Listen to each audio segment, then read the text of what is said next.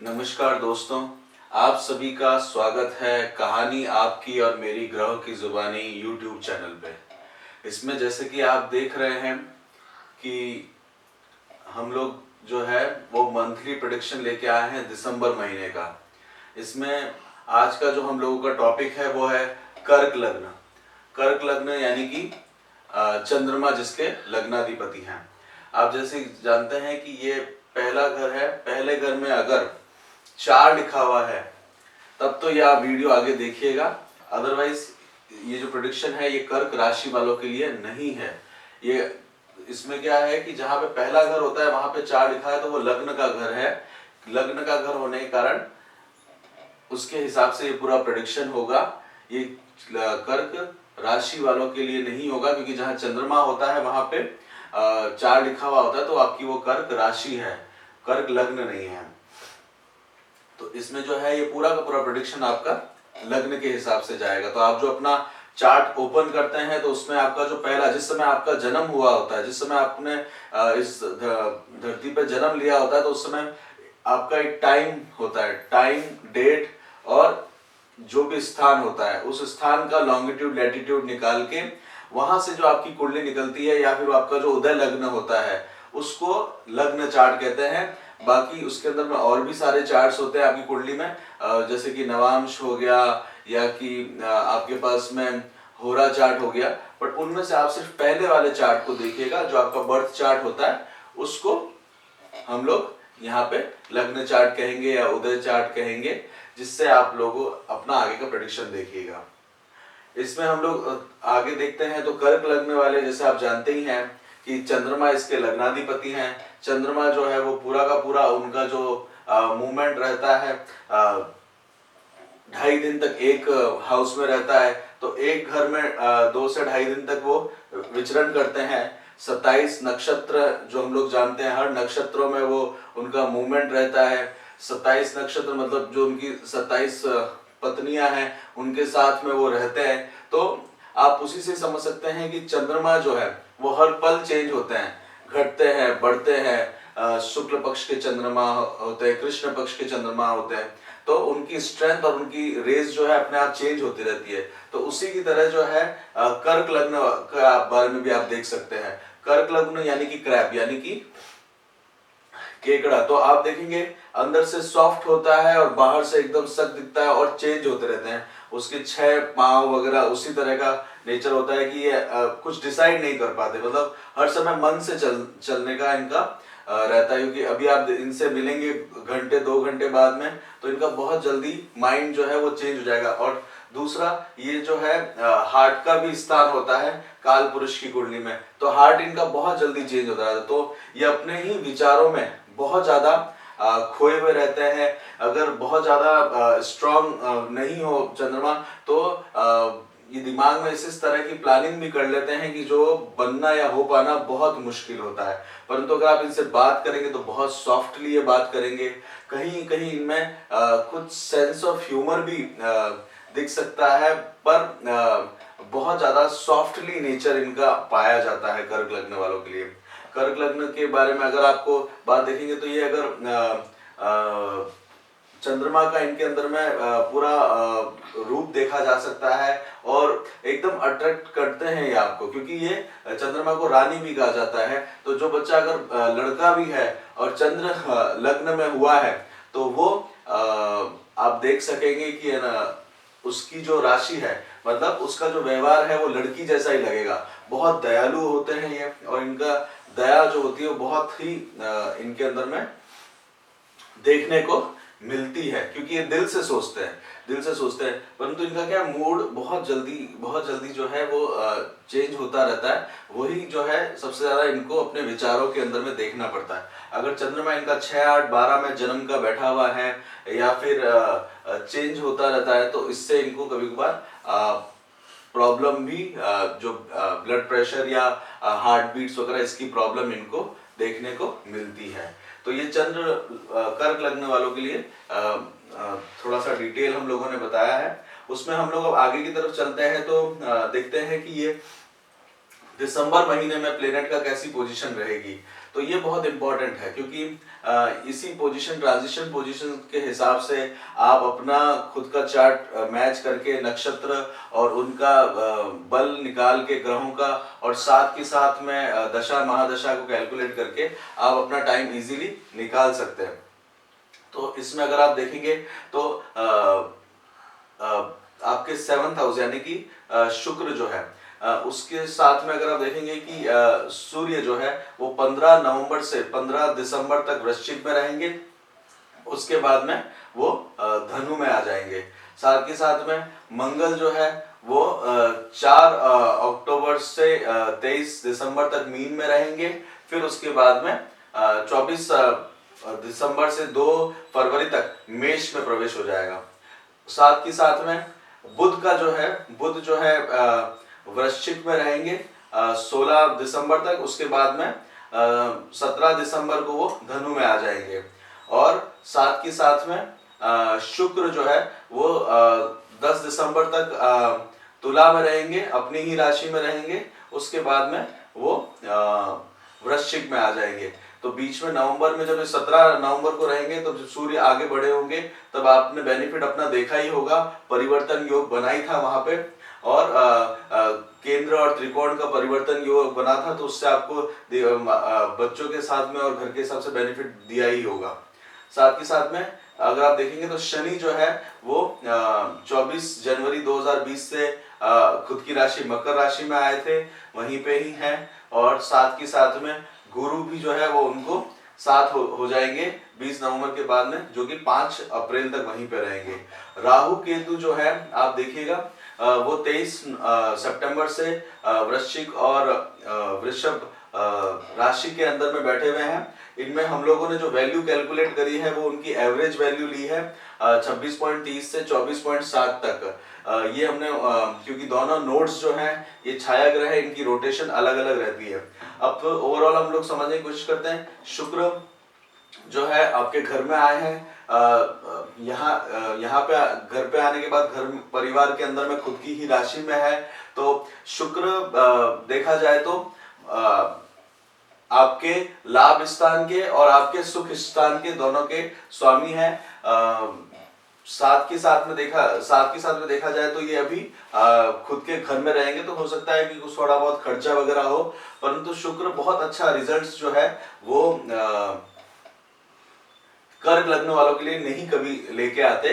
पर हालांकि अभी ये खुद के स्वग्रही हैं, तो यहाँ पे कोई नुकसान वगैरह नहीं करते हुए दिख रहे हैं। और साथ ही साथ में घर में जो है वो वृद्धि हो सकती है। दूसरी चीज, इंपॉर्टेंट चीज जो है, कर्क लग्न में शुक्र आपके घर में आए हैं, और आपके घर में जो है घर जो है वो आपका वो पंचम 2nd हाउस से रिप्रेजेंट करता है, वो सूर्य की राशि है।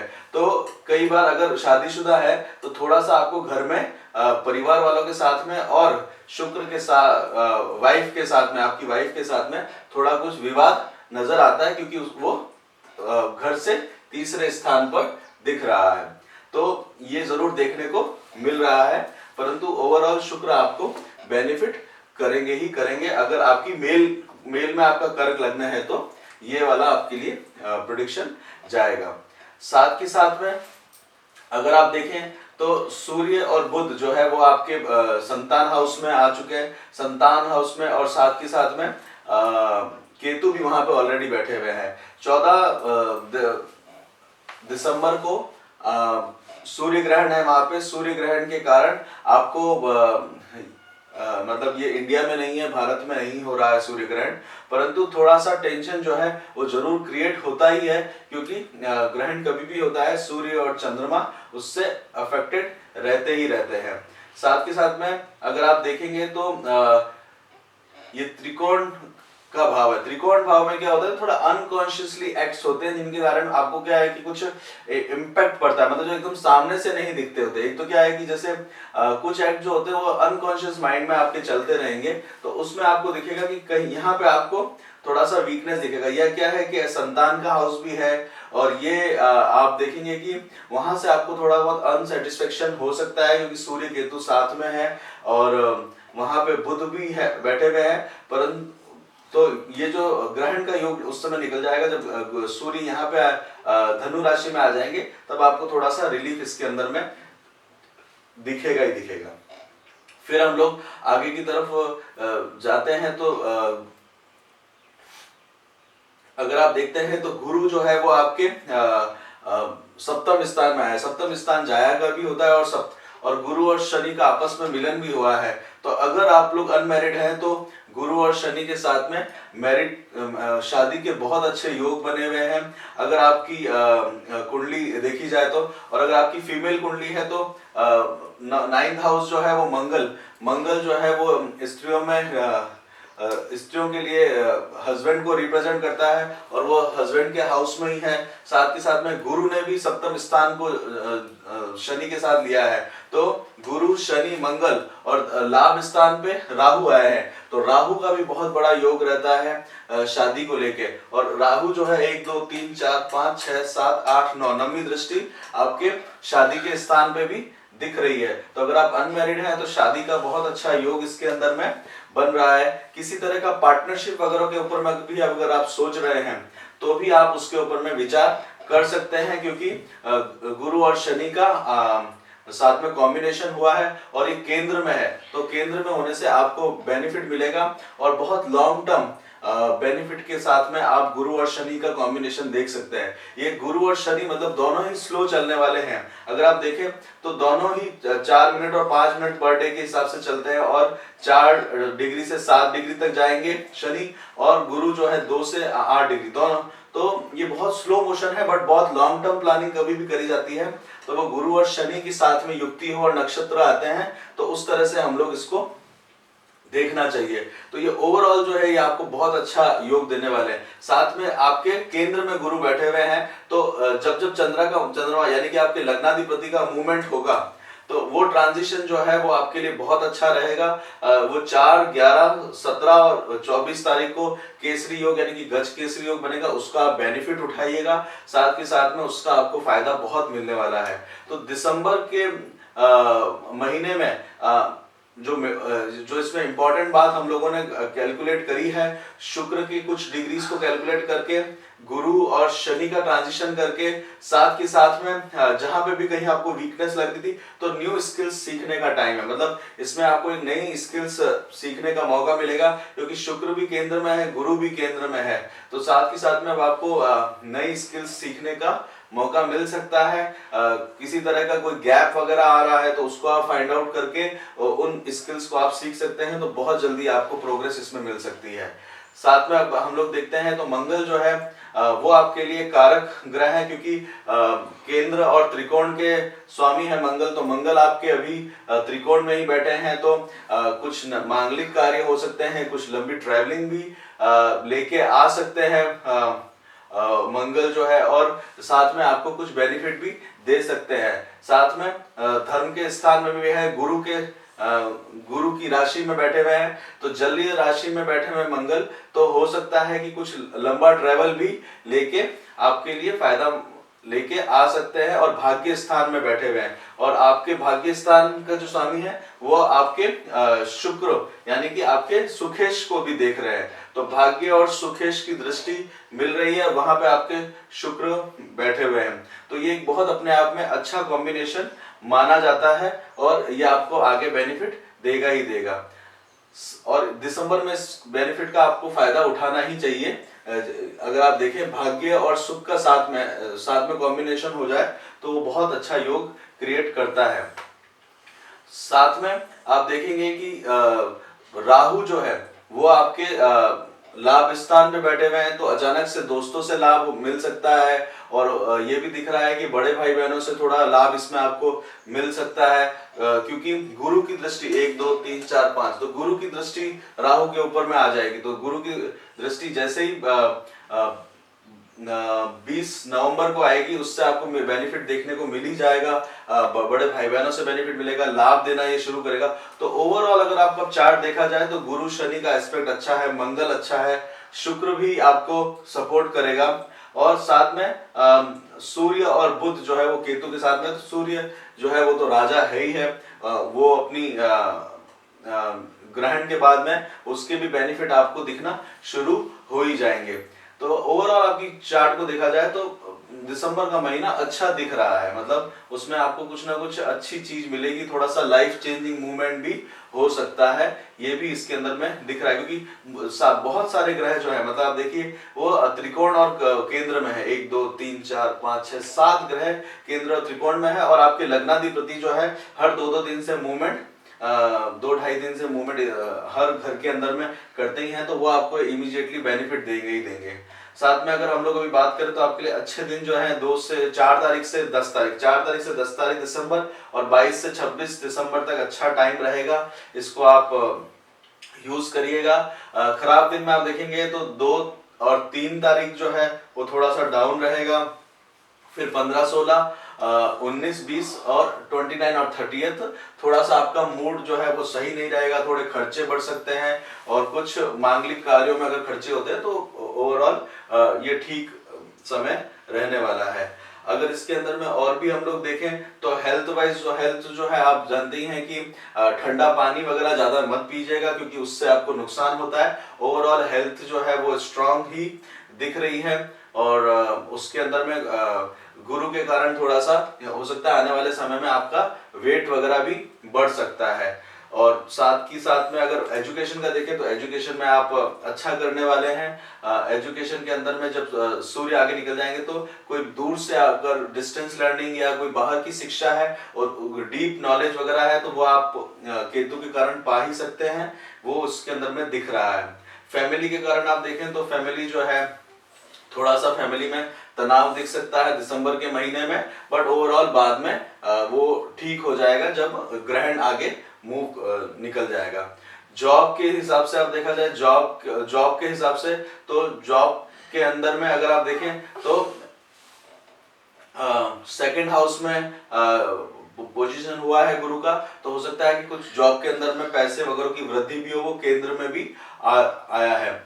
बिजनेस के रिगार्डिंग या कर्म स्थान में देखा जाए तो मंगल जो है कर्मेश जो है वो भाग्य स्थान में आया है, तो बिजनेस के अंदर में भी डेवलपमेंट दिख ही रहा है। और स्पाउस से रिलेटेड देखा जाए तो स्पाउस थोड़ा सा आपका जो है वो धर्मशास्त्र और थोड़ा सा रिलीजियस इसके अंदर में दिख रहा है, तो वो भी बढ़ता जाएगा। साथ ही साथ में डिस्कशन भी अच्छे से आगे बढ़ सकता है। तो इसी के साथ ये ओवरऑल आपका कर्क लग्न का रहेगा। महीना मुझे अच्छा दिख रहा है आप लोगों का, दिसंबर का महीना, इसको इस टाइम को बहुत अच्छे से यूटिलाइज करिएगा। और बहुत ही ओवरऑल अगर नोट्स को चेक किया जाए या कैलकुलेट किया जाए डिग्री के अंदर में, तो आपको बेनिफिट दिखेगा। अपने लग्न चार्ट को भी चेक करिएगा, दशा महादशा भी देखिएगा, साथ ही साथ में इनका दिग्बल और षटबल वगैरह भी चेक करना चाहिए अष्टवर्ग में, तो इससे आपको काफी अंदाजा हो जाएगा कि किस तरह से आपका कुंडली के अंदर में दिन रहने वाला है। और साथ ही साथ में अगर चंद्रमा जब मंगल के साथ मूवमेंट करेगा तो जमीन के साथ में भी आप बेनिफिट उठा सकते हैं। इसी के साथ ही ये ओवरऑल आपका महीना जो है वो शुभ रहने वाला है, इसका फायदा उठाइएगा। और थोड़ा सा टेंशन जो है वो थोड़ा बहुत रहेगा, वो क्योंकि एक आध घर ऊपर नीचे जाता ही है डाउन, बट ओवरऑल आप इसका बेनिफिट उठा ही सकते हैं और इसका फायदा लीजिएगा। इसी के साथ ही आप सभी लोगों जो सुन रहे हैं उन सब लोगों का बहुत बहुत धन्यवाद। आप सब लोगों के कमेंट्स आते हैं, लाइक्स आते हैं, कुछ डिटेल आप लोग पूछते हैं, तो उसका हमको अच्छा लगता है और मालूम पड़ता है कि ये आप हमारी बात जो है वो आप तक पहुंच रही है। और साथ के साथ में ये भी लगता है कि आप लोगों का इंटरेस्ट जो है इस मैथमेटिकल कैलकुलेशंस में बहुत ही मतलब तारीफ के काबिल है। तो उसी के लिए हम लोग आपको निरंतर आप लोगों के लिए कोशिश करते रहते हैं कि और भी इसमें डिटेल दिया जाए, और वही हमको मोटिवेट करता है आगे और बताने के लिए। इसी के साथ ही आप सभी लोगों का बहुत बहुत धन्यवाद। अगर आपको पसंद आया हो तो लाइक करिए, शेयर करिए, और अगर आपको अच्छा लगा हो तो सब्सक्राइब करिए, ताकि हम आपसे और भी कनेक्ट रह सकें। धन्यवाद।